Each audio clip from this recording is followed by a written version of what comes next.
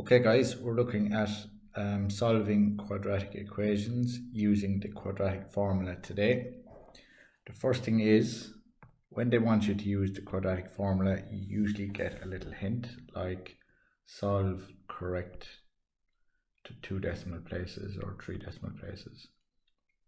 It's usually letting you know that you won't be able to factorize in this case and to use the quadratic formula.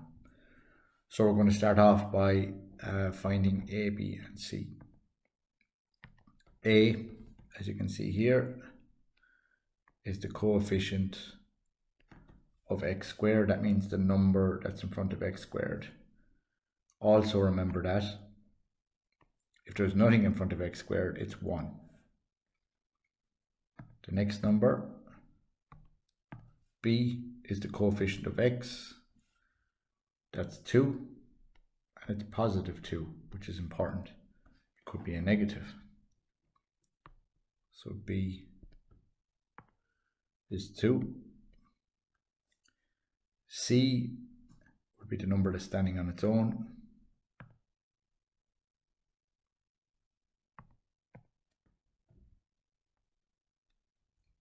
In this case it's -1. And if we miss that -1, we're definitely going to go wrong.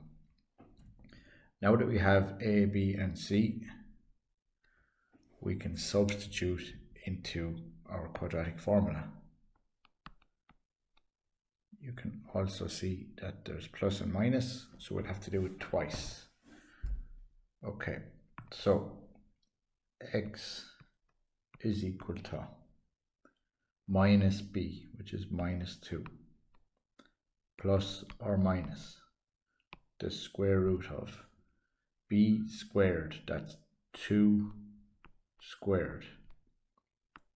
Remember to keep the squared outside the brackets on your calculator. That'll matter when you have a negative b.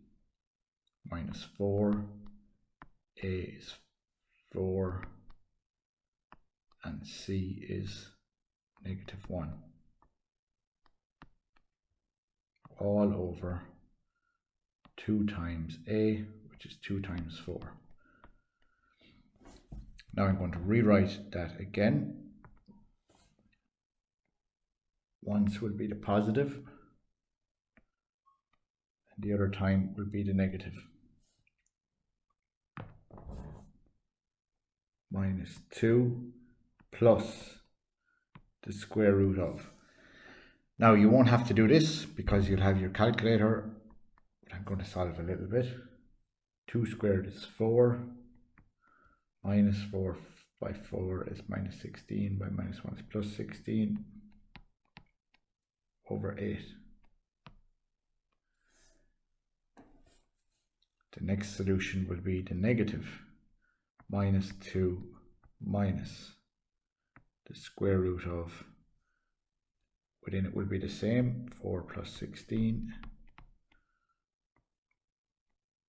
over 8.